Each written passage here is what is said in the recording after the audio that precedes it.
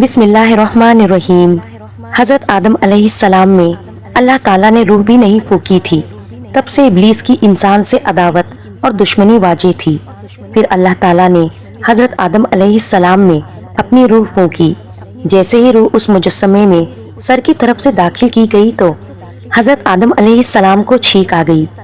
حضرت آدم علیہ السلام سے کہا کہ الحمدللہ کہیے۔ انہوں نے کہہ دیا۔ اللہ تعالیٰ کی اس تعریف کے جواب میں اللہ تعالیٰ نے فرمایا کہ تجھ پر تیرا رب رحم فرمائے۔ جب روح ان کی آنکھوں میں داخل ہوئی اور ان کی آنکھوں نے جنت کے پھلوں کو دیکھا تو غور و فکر کرنے لگے۔ پھر روح پیٹ میں داخل ہوئی تو کھانے کی طلب ہوئی، یعنی روح ابھی ٹانگوں تک نہیں پہنچی تھی اور کھانے کی خواہش محسوس ہونے لگی۔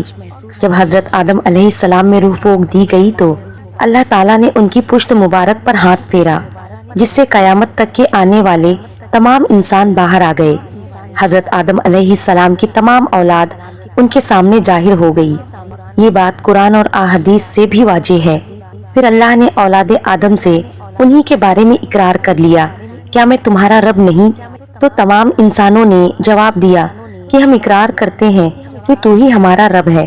اللہ تعالیٰ نے حضرت آدم علیہ السلام میں اپنی روح پھونک کر فرشتوں اور جنوں سے انسان کو سجدہ کرنے کا حکم دیا۔ ابلیس کے علاوہ سب نے حضرت آدم علیہ السلام کو سجدہ کیا۔ اللہ تعالیٰ نے ابلیس سے پوچھا کہ تجھے کس چیز نے سجدے سے روک دیا؟ تو اس نے جواب دیا کہ تو نے مجھے آگ سے پیدا کیا ہے اور اسے مٹی سے، گویا میں اس سے بہتر ہوں۔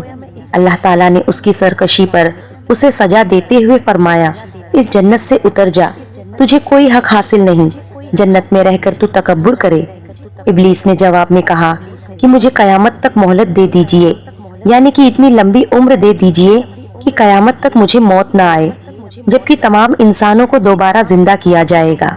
اللہ تعالیٰ نے فرمایا کہ تجھے ایک وقت مقرر تک مہلت دے دی گئی۔ پھر ابلیس نے کہا کہ میں قسم کھاتا ہوں کہ میں انسانوں کی گمراہی کے لیے تیرے سیدھے راستے پر بیٹھ جاؤں گا، پھر میں ان کے آگے سے، پیچھے سے، دائیں سے اور بائیں سے ان کے پاس آؤں گا، اور تو انہیں شکر گزار ہرگز نہیں پائے گا سوائے ان کے جو تیرے مخلص بندے ہوں گے، اور وہ میرے بہکاوے میں نہیں آئیں گے۔ اللہ نے اسے ذلیل اور خوار کر کے وہاں سے نکال دیا اور فرمایا کہ ان میں سے جو شخص بھی تیرا حکم مانے گا، میں ایسے تمام لوگوں سے جہنم کو بھر دوں گا اور میرے بندوں پر تیرا کوئی غلبہ نہیں ہوگا۔ اس طرح یہ واضح ہوا کہ سب سے پہلا گناہ تکبر تھا، اس لیے علماء کرام کے مطابق تمام گناہوں کی جڑ تکبر ہے۔ اللہ نے حضرت آدم علیہ السلام کو جاہل نہیں بلکہ علم والا پیدا کیا تھا۔ جب اللہ نے حضرت آدم علیہ السلام میں مکمل روح ڈال دی تو وہ اپنے پیروں پر کھڑے ہو گئے، تو اللہ نے انہیں حکم دیا کہ جاؤ فرشتوں کی جماعت کو السلام علیکم کہو۔ حضرت آدم علیہ السلام کے سلام کے جواب میں انہوں نے وعلیکم السلام و رحمت اللہ کہا۔ اللہ تعالیٰ نے فرمایا کہ یہ تیرا اور تیری اولاد کا آپس میں ایک دوسرے کو تحفہ اور ہدیہ ہے۔ اللہ تعالیٰ نے حضرت آدم علیہ السلام کو ابتدا میں ہی تمام نام سکھا دیے۔ وہ اللہ تعالیٰ کے حکم سے آسمان اور زمین کی ہر چیز کا نام اور ان کا استعمال جانتے تھے۔ اللہ تعالیٰ نے ان تمام چیزوں کا نام جب فرشتوں سے پوچھا تو وہ ان چیزوں کے نام نہیں جانتے تھے۔ پھر حضرت آدم علیہ السلام نے ان تمام چیزوں کے نام بتائے۔ تب اللہ تعالیٰ نے فرشتوں سے فرمایا کہ کیا میں نے تمہیں نہیں کہا تھا کہ میں وہ جانتا ہوں جو تم نہیں جانتے؟ پھر ایک روز جب حضرت آدم علیہ السلام سو رہے تھے تو اللہ تعالیٰ نے ان کی بائیں پسلی سے حضرت حوا علیہ السلام کو پیدا فرمایا اور انہیں حضرت آدم علیہ السلام کا ہمسفر بنایا۔ جب حضرت آدم علیہ السلام بیدار ہوئے تو انہوں نے حضرت حوا علیہ السلام کو پاس بیٹھے دیکھا۔ انہوں نے پوچھا کہ تم کون ہو؟ انہوں نے جواب دیا کہ میں عورت ہوں۔ حضرت حوا علیہ السلام قیامت تک آنے والی تمام عورتوں میں سب سے زیادہ خوبصورت تھی۔ حضرت آدم علیہ السلام اور حضرت حوا علیہ السلام دونوں جنت میں رہتے تھے۔ انہیں نور کا لباس پہنایا گیا۔ جب ابلیس نے انہیں گمراہ کرنا شروع کر دیا اور اللہ تعالیٰ نے جس درخت کے پاس جانے سے انہیں منع کیا تھا، شیطان نے انہیں وہی کھانے پر مجبور کر دیا اور اس پر جھوٹی قسمیں بھی کھائی۔ انہوں نے اس درخت سے کھا لیا اور اللہ تعالیٰ کی نافرمانی کے مرتکب ہوئے۔ اللہ تعالیٰ نے ان سے نور کا وہ لباس لے لیا اور وہ برہنہ ہو گئے۔ وہ اس درخت کے پتوں سے اپنے آپ کو ڈھانپنے لگے، لیکن اس گناہ کے بعد غرور اور تکبر کی جگہ وہ اللہ تعالیٰ سے معافی مانگنے لگے۔ اور ان کی مغفرت کے طلبگار ہوئے۔ اس سے یہ بتایا گیا کہ خطا انسان کی فطرت کا حصہ ہے، کیونکہ وہ فرشتوں کی طرح معصوم نہیں ہے۔ پھر اللہ تعالیٰ نے انہیں جنت سے نکل جانے کا حکم دیا اور فرمایا کہ تم زمین پر رہو اور تم ایک دوسرے کے دشمن ہوں گے۔ پھر وہ دونوں زمین پر اترے اور انہی کے ساتھ ابلیس بھی زمین پر اترا۔ حضرت آدم علیہ السلام اور حضرت حوا علیہ السلام نے اپنے رب سے معافی کے کلمات سیکھے۔ ایک روایت کے مطابق حضرت آدم علیہ السلام کو ہند میں، جبکہ حضرت حوا علیہ السلام کو زدہ میں اتارا گیا۔ پھر وہ ایک دوسرے کو ڈھونڈنے لگے اور آخر کار میدان عرفات میں ان کی ملاقات ہوئی۔ حضرت حوا علیہ السلام نے 20 ولادتوں میں 40 بچوں کو جنم دیا۔ ہر ولادت میں ایک لڑکا اور ایک لڑکی پیدا ہوتی تھی۔ سب سے پہلا جوڑا قابل اور اس کی بہن کمین کا تھا، اور اس طرح زمین پر نسل انسان پانی کی افزائی شروع ہو گئی۔ حضرت عبداللہ بن عباس رضی اللہ تعالیٰ عنہ نے ارشاد فرمایا، بے شک اللہ پاک نے حضرت آدم علیہ السلام کو جمعے کے دن عصر کے بعد پیدا فرمایا اور آپ کو ظاہری زمین کی ایک مٹھی مٹی سے پیدا فرمایا، اس لیے آپ کو آدم کہتے ہیں، اور آپ کی اولاد کو آدمی یعنی آدم والا کہتے ہیں۔ حضرت آدم علیہ السلام کا مبارک خمیر جس مٹی سے تیار ہوا، اس سے بچ جانے والی مٹی شریف سے کھجور کا درخت بنایا گیا، جیسا کہ حضرت مولا علی رضی اللہ تعالیٰ عنہ بیان کرتے ہیں کہ حضور صلی اللہ علیہ وسلم نے ارشاد فرمایا، کھجور کا احترام کرو، کیونکہ یہ تمہارے والد حضرت آدم علیہ السلام کی بچی ہوئی مٹی سے پیدا کی گئی ہے۔ اللہ پاک نے حضرت آدم علیہ السلام کو بغیر ماں باپ کے مٹی سے پیدا فرمایا۔ اللہ پاک نے حضرت آدم علیہ السلام سے حضرت حوا کو پیدا فرمایا۔ حضرت آدم علیہ السلام نے ان کی طرف دست محبت بڑھانے کا ارادہ کیا تو فرشتوں نے عرض کی، اے آدم ٹھہر جائیں، پہلے ان کا مہر ادا کرے۔ آپ علیہ السلام نے فرمایا، ان کا مہر کیا ہے؟ فرشتوں نے عرض کی، ان کا مہر یہ ہے کہ آپ ہمارے سردار محمد مصطفیٰ صلی اللہ علیہ وسلم پر 3 یا 10 مرتبہ درود پاک پڑھے۔ آپ علیہ السلام نے درود پڑھا اور فرشتوں کی گواہی سے آپ کا حضرت حوا علیہ السلام سے نکاح ہو گیا۔ اس سے معلوم ہوا کہ نبی پاک صلی اللہ علیہ وسلم پر موجود چیز کے لیے وسیلہ ہے، یہاں تک کہ اپنے والد حضرت آدم علیہ السلام کا بھی وسیلہ ہے۔ حضرت آدم علیہ السلام نے 960 برس کی زندگی پائی، جبکہ حضرت آدم علیہ السلام کی زندگی 1000 سال کی تھی، کیونکہ جب حضرت آدم علیہ السلام جنت میں تھے تو اللہ تعالیٰ نے حضرت آدم علیہ السلام کو ان کی تمام اولاد جن جن کو نبوت ملنی تھی، ان کی شخصیت، ان کی عمر حضرت آدم علیہ السلام کے سامنے واضح کر دی۔ آپ نے جب حضرت داؤد علیہ السلام کی عمر کو 60 سال تک دیکھا تو اللہ سے کہنے لگے، اے اللہ پاک، میری عمر کے 40 سال میرے پوتے داؤد کو دے دو، تو یوں آپ کی دعا قبول ہو گئی۔ اللہ نے آدم علیہ السلام کو 2 فرزند عطا کیے، حابل اور قابل، لیکن شیطان کے وسوسے کی وجہ سے جب قابل کے ہاتھوں حابل قتل ہوئے تو حضرت آدم علیہ السلام اندر سے ٹوٹ گئے اور بار بار اللہ کے دربار میں دعا مانگنے لگے۔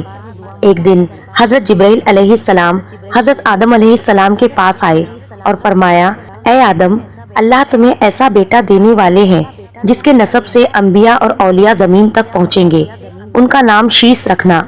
شیس کا مطلب ہے کہ اللہ کا عطا کیا گیا تحفہ، اور یوں اللہ نے آدم کی نسل کو زمین پہ بھیجا۔ جب حضرت آدم علیہ السلام کا آخری وقت آیا تو آپ نے اپنے بیٹوں سے کہا کہ میرا دل کرتا ہے کہ میں جنت کا پھل کھاؤں۔ آپ کے بیٹے زمین پر جنت کے پھل ڈھونڈنے لگے۔ اچانک سے ان کو فرشتے ملے اور کہنے لگے، اے بنی آدم، کہاں جا رہے ہو؟ انہوں نے کہا، ہم اپنے بابا کے لیے جنت کا پھل ڈھونڈ رہے ہیں۔ ان فرشتوں نے کہا، جاؤ، تمہارے بابا چند دنوں کے مہمان ہیں۔ تمام فرزند دوڑتے ہوئے آپ کے پاس پہنچے۔ آپ بستر بیماری پر اللہ کا ذکر فرما رہے تھے، بس اتنے میں موت کا فرشتہ آن پہنچا۔ جیسے ہی حضرت حوا نے موت کا فرشتہ دیکھا تو حضرت آدم سے لپٹ گئی۔ حضرت آدم علیہ السلام نے فرمایا، اے حوا، مجھ سے دور ہٹ جائیں، ایک مرتبہ پہلے بھی آپ کی وجہ سے جنت سے نکالا گیا ہوں، آج اللہ اور اس کے فرشتوں کے درمیان حائل نہ ہو۔ پھر آپ ان فرشتوں سے مخاطب ہو کر کہنے لگے، اے فرشتہ موت، کیا بھول تو نہیں ہو گئی؟ میں نے اللہ سے سنا تھا کہ میری عمر 1000 سال کی ہے، ابھی تو مجھے 960 برس ہوئے ہیں۔ ملک الموت نے کہا، اے اللہ کے نبی، آپ نے خود ہی فرمایا تھا کہ آپ کی عمر کے 40 سال آپ کے پوتے حضرت داؤد علیہ السلام کو دے دیا جائے۔ بس حضرت آدم علیہ السلام کی روح قبض کی گئی، آپ کو غسل فرشتوں نے دیا، اور جنت کی خوشبو آپ کے جسم مبارک کو لگائی گئی۔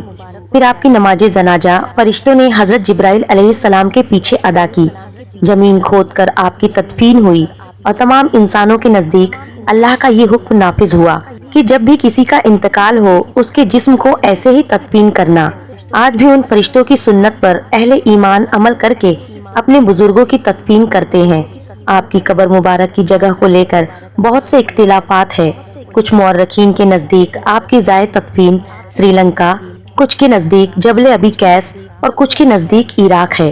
بعض روایتوں میں یہ بھی ہے حضرت آدم علیہ السلام کی روح قبض کرنے کے لیے فرشتہ پہنچا تو آپ کے بیٹے جس کو آپ نے اپنا جانشی بنایا تھا حضرت شیس علیہ السلام سے کہنے لگے، اے میرے جانشی، میں نے اللہ سے سنا تھا ان قریب اس زمین پر ایک طوفان آئے گا، اگر تم اس وقت تک موجود رہو تو میرے جسم کو اس کشتی میں سوار کرنا جو نجات کا وسیلہ ہے، اگر تم اس وقت تک زندہ نہ رہو تو اپنی اولاد کو وصیت کرنا کہ میرے جسم کو کشتی نوح میں سوار کرے۔ تاریخ میں لکھا ہے کہ جب طوفان نوح آیا تو حضرت نوح علیہ السلام نے اپنی کشتی میں حضرت آدم اور حضرت حوا کے جسم مبارک کو سوار کر دیا اور بیت المقدس یا عراق میں اس جگہ تدفین کی جہاں انہوں نے اپنی قبر بنائی۔ حضرت آدم علیہ السلام اور اماں حوا علیہ السلام اپنی تخلیق اور پیدائش کے بعد جنت میں خوش و خرم زندگی بسر کر رہے تھے۔ شیطان جنت اور عالم بالا سے نکالا جا چکا تھا، اس لیے شیطان کے دل میں حضرت آدم علیہ السلام کی دشمنی جاگ جی ہوئی اور آتش انتقام دل میں بھڑک اٹھی۔ شیطان کو جب یہ پتا چلا کہ حضرت آدم علیہ السلام کو جنت کے تمام میوے کھانے کی اجازت مل چکی ہے لیکن شجر ممنوعہ یعنی گندم کے دانے کو کھانے سے منع فرما دیا گیا ہے، تو زمین سے عالم بالا کی طرف روانہ ہوا۔ جنت میں شیطان کا داخلہ ممنوع تھا لیکن 3 اسم اعظم یاد تھے جن کا ورد کرنے کی وجہ سے اس کو یہ طاقت حاصل ہو گئی تھی کہ وہ آسمان اول سے 7ویں آسمان تک پہنچ سکے۔ وہ جنت کے دروازوں پر بنے ہوئے سرخ یاقوت کے 2 چبوتروں میں سے ایک پر بیٹھ گیا اور 300 سال تک انتظار کرتا رہا کہ کوئی جنت سے باہر آئے اور اس سے اپنے مطلب کی بات کرے۔ اچانک مور جنت سے باہر آ گیا، اس کو دیکھتے ہی شیطان خوش ہوا اور اس سے کہنے لگا کہ اے خوشنما پرندے، تم کون ہو؟ مور نے جواب دیا، میں مور ہوں۔ مور نے کہا کہ تم اپنا تعارف کراؤ۔ شیطان نے کہا کہ میں عالم قربیہ کا ایک فرشتہ ہوں اور ایک لمحے کے لیے بھی اللہ کی یاد سے غافل نہیں ہوں۔ میں چاہتا ہوں کہ جنت کے اندر جاؤں اور وہاں کی نعمتوں کا اپنی آنکھوں سے مشاہدہ کروں۔ اگر تم مجھے جنت کے اندر لے چلو تو میں تمہیں 3 باتیں بتاؤں گا جس کے صلے میں تمہیں ابدی زندگی حاصل ہو جائے گی، تمہیں بڑھاپا اور بیماری بھی نہیں آئے گی اور تم ہمیشہ جنت میں رہو گے۔ لالچ میں آ کر مور نے کہا کہ مجھ میں تو اتنی طاقت نہیں ہے کہ میں تمہیں جنت لے جاؤں، لیکن ایک سانپ میرا دوست ہے، وہ شاید تمہاری کوئی مدد کر سکے۔ یہ کہہ کر مور سانپ کے پاس آیا اور ماجرا سنایا۔ سانپ بھی شیطان کی گفتگو سے بہت خوش ہوا اور اسے اپنے منہ میں چھپا کر جنت میں داخل ہونے میں کامیاب ہو گیا اور شجرہ ممنوعہ کے پاس پہنچا دیا۔ دوسری جانب جنت کے نگہبان کو فوراً یہ اطلاع مل گئی کہ شیطان جنت میں داخل ہو چکا ہے۔ جب نگہبان شیطان کو جنت سے نکالنے لگے تو حکم ربی ہوا کہ اسے ابھی جنت میں ہی رہنے دو۔ شاید یہ بھی حضرت آدم علیہ السلام کا امتحان تھا یا حکمت خداوندی تھی۔ جنت میں عارضی قیام کا جب حکم نامہ مل گیا تو شیطان حضرت آدم علیہ السلام اور حضرت حوا علیہ السلام کے پاس جا کر عقیدت اور محبت کا اظہار کرنے لگا۔ یہ دونوں اس لائن کو پہچان نہ سکے کیونکہ ماضی کے مقابلے میں اس کی شکل تبدیل ہو چکی تھی۔ اس نے حضرت آدم علیہ السلام سے کہا کہ میں چاہتا ہوں کہ آپ ہمیشہ جنت میں اسی طرح خوش و خرم زندگی گزارتے رہیں۔ حضرت آدم علیہ السلام کی باتیں سن کر گہری سوچ میں ڈوب گئے۔ شیطان نے کہا کہ اگر آپ نے میری بات پر عمل کیا تو یقیناً آپ کو تا حیات جنت کی سہولیت حاصل رہے گی۔ یہ سن کر وہ حکم ربی سے شیطان کے بہکاوے میں آ گئے اور پوچھا کہ یہ کس طرح ممکن ہے۔ شیطان نے کہا کہ وہ گندم کا دانہ آپ دونوں چکھ لے تو آپ کو ابدی حیات حاصل ہو جائے گی اور آپ جنت میں ہی رہیں گے۔ یہ بات سن کر حضرت آدم علیہ السلام کے دل میں رجحان پیدا ہوا، لیکن ان کے دل میں اللہ کے نافرمانی کا خوف غالب آ گیا اور ان کے کہنے پر دونوں نے اس شجر ممنوعہ کو چکھ لیا۔ اس سے دونوں بے لباس ہو گئے۔ ناظرین، کہانی تو بہت طویل ہے لیکن مختصر بات یہ ہے کہ اللہ کے حکم پر فرشتوں نے حضرت آدم علیہ السلام کو کوہ سرندیپ یعنی شری لنکا کے قریب اور حضرت حوا علیہ السلام کو جدہ کی سرزمین پر جا اتارا۔ شیطان کو جنت سے حضرت آدم علیہ السلام کو سجدہ نہ کرنے پر نکالا گیا تھا۔ جنت میں ہر آسائش موجود تھی، پر حضرت آدم علیہ السلام خوش تھے مگر تنہا رہتے تھے۔ پھر اللہ تعالیٰ نے ان کی تنہائی کو ختم کرنے کے لیے ان کی پسلیوں سے حضرت حوا علیہ السلام کو پیدا فرمایا۔ دونوں ایک ساتھ رہنے لگے۔ اللہ تعالیٰ نے انہیں ایک خاص پھل کے قریب جانے سے منع کیا اور کہا کہ اگر تم نے اسے کھایا تو ظالموں میں شمار ہو جاؤ گے۔ اسی جنت میں مور اور سانپ بھی رہتے تھے۔ وہ جنت سے باہر بھی آیا جایا کرتے تھے۔ ایک دن شیطان نے انہیں روکا اور کہا کہ مجھے بھی جنت لے جاؤ۔ انہوں نے کہا کہ اللہ نے ہمیں منع کیا ہے۔